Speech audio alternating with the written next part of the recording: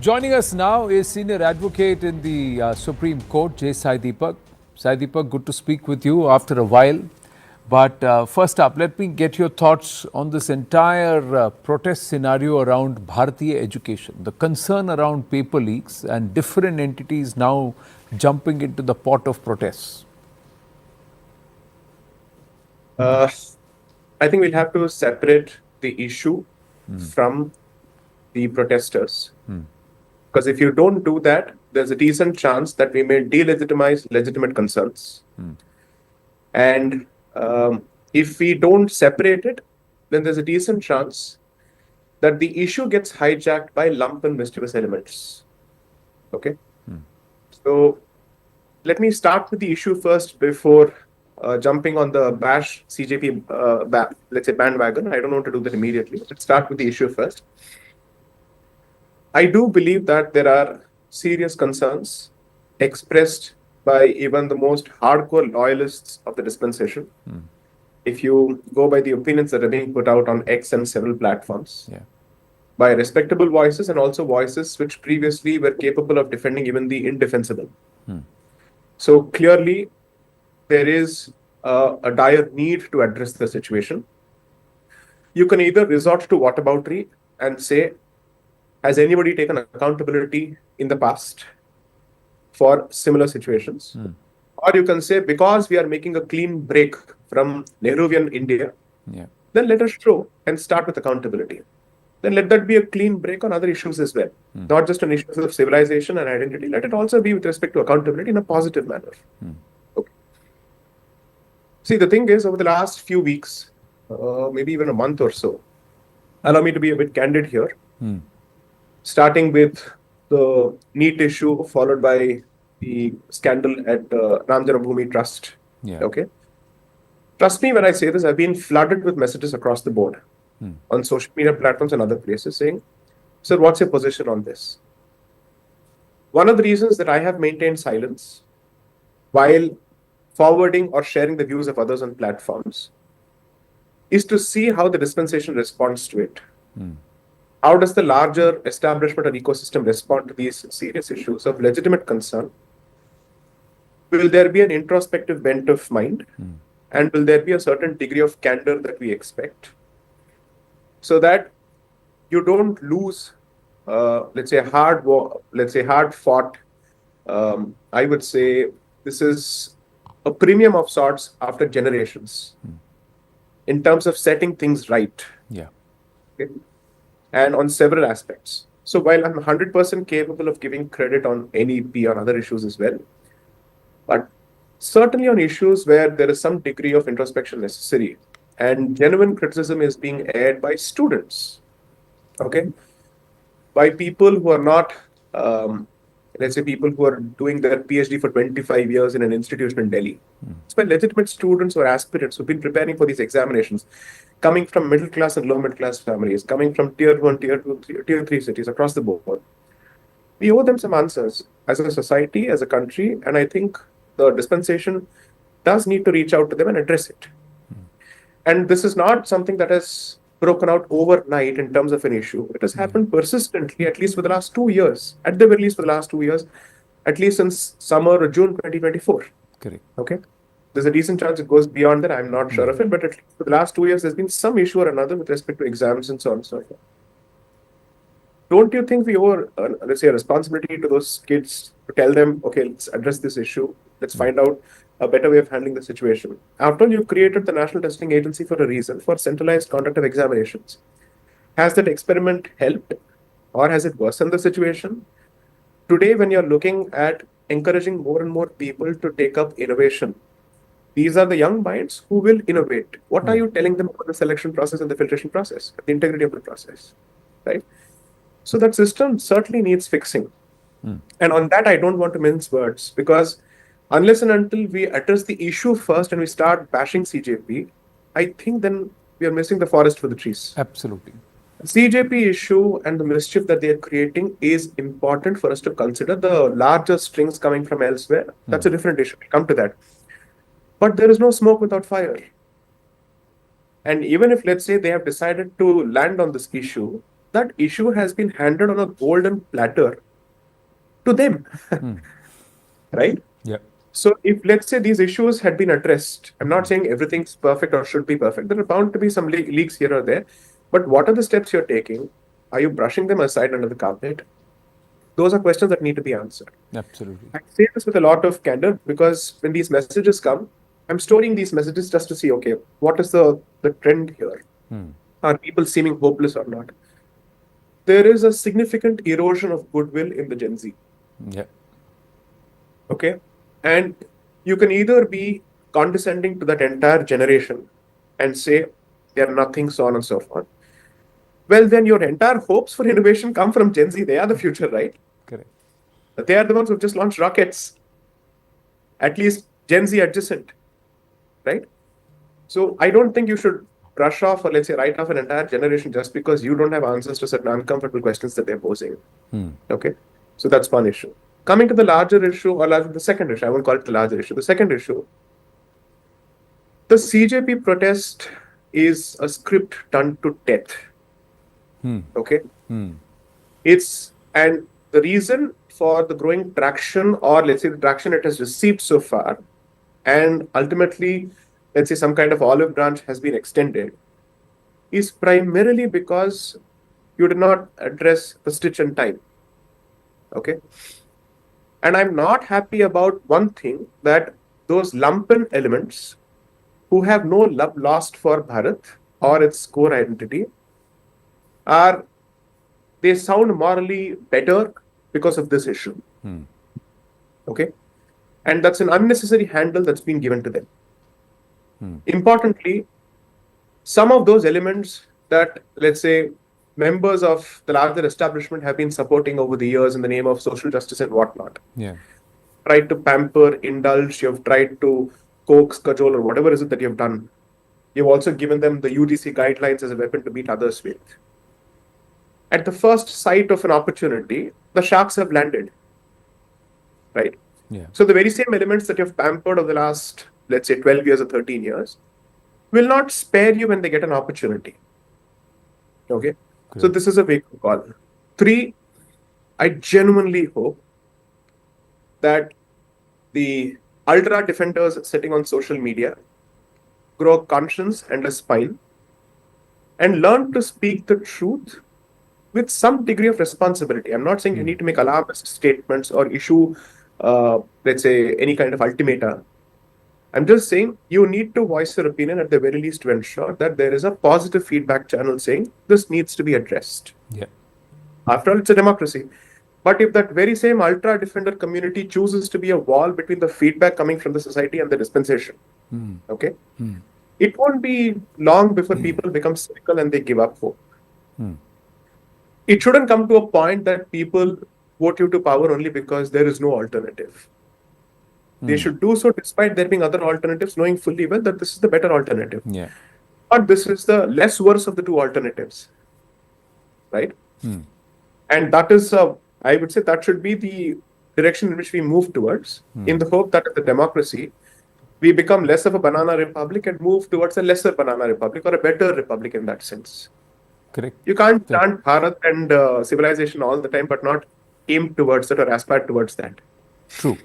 But Sai Deepak, would you not agree that there is an external force? There are those who want to create anarchy, and they've found anarchists within the Bharatiya mix. They want to They've create... always had it. Yeah, somewhere like recreate a Sri Lanka or a Bangladesh or a Nepal where elected governments are toppled by this, what they call it as a Gen Z revolution. And yeah, like you said, the government may have handed certain issues on the platter for them to capitalize on.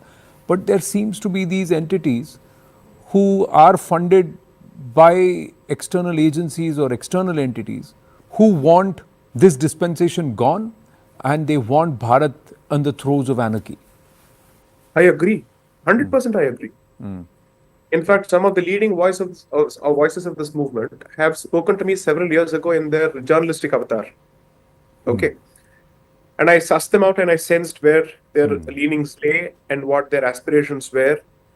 And they kept exposing themselves on social media by taking pot shots at institutions every time what they wanted did not happen. So I'm aware of who these people are. Okay. Part of being in this fraternity, and that too in Delhi, is you more or less know everybody's horoscope. Correct. Okay. So I don't deny that one bit, which is why I think there are two things you need to consider. Ruthlessly prevent another Shaheen Bagh, Yeah. another Shambhu border. Okay. Ruthlessly prevent it. But you also take the moral ground with respect to the issue so that you have the public support when you choose to wield the stick and exercise the monopoly of force, which is exclusively vested in the state by the constitution. It's one thing to wield power because it is in your hand. It's another thing to actually have the moral approval of the society when you wield it. Yeah. When you address the problem, or you're at least seen as taking steps towards it, 100% society will support. You don't think people are smart enough to see the kind of lumpen elements that are going around, the kind of disgusting shenanigans that we have to witness? Those people who went out conducting podcasts as neutral podcasters, their colors have come out Yeah. to expose themselves, right? Frankly speaking, candidly speaking, whatever speaking, it's all come out, Yeah. right? So considering that, I am clear about the fact that there are strings which go outside this country which control some of the puppets here. There is no doubting it. But if you keep giving that as the reason for everything, Yeah. then there's a problem. So both these propositions can equally hold valid at the same time. They are not mutually destructive. Correct. One is to say that there's a legitimate issue that requires a concrete, tangible solution in the foreseeable future with clear outreach to the student community, and the other, which is the carrot, and the other is the stick that goes after these lumpen elements. Yeah. But I think we have managed to create a culture in the last 12 years of tolerating these elements until they grow big. Not nip At them in some the bud. point, Yeah. you need to show the intent. Yeah. And the other thing, like you said, accountability needs to be fixed. You need to be seen as addressing the situation and not trying to brush it under the carpet or wish it away. That's one Correct. point. The other thing is someone like a Sonam Wangchuk. There are instances where he's had issues of FCRA violations. It's come out since 2007 under Congress governments, his associations and where his funding was coming from. All of these aspects. September 2025, his FCRA license revoked. And now there is an FCRA amendment bill in place. Do you believe that Bharat has been inept and this government has been inept or unable to check the amount of foreign money that comes in for anti-Bharat activities, including conversion, settling of illegals, and of course funding these anarchists? So let's address the individual question first, and then I'll come to the larger question that you've raised. Yeah. Members of this dispensation have actively felicitated this gentleman. Yes. So it's not a pre-2014 question, it's been even post-2014. So when we decided to focus on a particular individual, then it's important to look at that track record, whether you have treated this gentleman with the distance that he deserves, or have you blown hot and cold and spoken from both sides of your mouth, depending on the situation. Okay? So I cannot vouch for in any way about the individual in question because I'm sure there are better informed people. I'm just saying, if this was a malafide actor, malafide dramatis personae or persona, then why is it that you waited for 12 years or 11 years or 5 years to seriously take action? If you can take action against the separatists of Kashmir, Yeah. against the terrorists of Kashmir, not militants, terrorists of Kashmir, and the cottage industry that was running in this place all these years and continues to run, why not him? So if you don't take that action, then you sound like the opposition in power. Okay. It's not as if you're without resources or the levers or the legal tools to take action. Correct. Then the other thing that you need to seriously consider doing is use the PR machinery to actively put out information in the public domain with respect to this person to understand, let the public know what exactly does the government have on him which warrants an action. At some point you have to do that. Correct. Because it's almost as if you've created a shroud or an enigmatic halo around this person. Okay. And in the process, people are wondering why is it that people are going after, good students, genuine students in their teens, in their 20s, who are supposedly on the right side of the fence with respect to ideology and vichardhara, have reached out and said, sir, why is this person being targeted? Now, that information has to come out. Yeah. This is a legal battle as well as a PR battle. And on that, I'm sorry to say that more can be done. Yeah. It shouldn't be just by way of social media messages or WhatsApp forwards. It also needs to be an active outreach. Where you actively engage and explain to people what is the problem here. Some direct person-to-person communication is important. Now, coming to the larger FCRA issue, I do believe that we haven't done enough. But fortunately, this is the only dispensation where there can be some hope that more can be done. Yeah. Fortunately or unfortunately so. And I believe that Marco Rubio's trip to Bharat had something to do with this issue as well. And the trip to Kolkata to a particular so-called charitable organization was not without a message being sent, especially in the backdrop of the amendments being brought to FCRA. Which also means at some point, as a country and as a state, we need to take a clear call on what is our position on this kind of rampant illicit conversion and proselytization. We need to put out documents and proof in terms of what has it translated to with respect to creating not just demographic problems, but national security threats to the extent of funding and fomenting secessionism in certain parts of the country. You have to talk about these aspects, whether it's the Northeast or certain parts of Andhra or whatnot, you have to talk about it. If you don't talk about these issues and you don't put out a document basically explaining this is the reason. Yeah. See, if something happens overnight in the parliament without there being a run-up to it in the media, with a significant degree of information being disseminated for people to understand, then even those who want to defend this particular move are not without the tools, because you don't expect everybody to be a lawyer to go through the documents, right? Correct. You don't do. FCRA, according to me, is an extremely important issue which sits at par with and alongside with the deportation of illegal migrants. Both. Illegal migration on the one hand and conversion of people who are already in. Imagine how the candle is being burnt from both the sides. Both the sides. You're being swamped and you're also being altered. So I have no doubts that the issue is important. I'm just saying, and I say this as a positive, let's say, constructive feedback, lest the defenders of the indefensible sitting on social media immediately come out and say, oh, he's a pseudo-congressy sitting, waiting to point fingers at the government and so on and so forth. I know all that happens on social media. I've watched it enough, which is why I usually remain silent and just watch what's happening. And whenever I get an opportunity, sparingly I choose to speak about it. Because otherwise, I think so much of noise and dimness ought to be or is being created around corridors of power that sound isn't going in, only noise is going in. Noise is going in, yeah.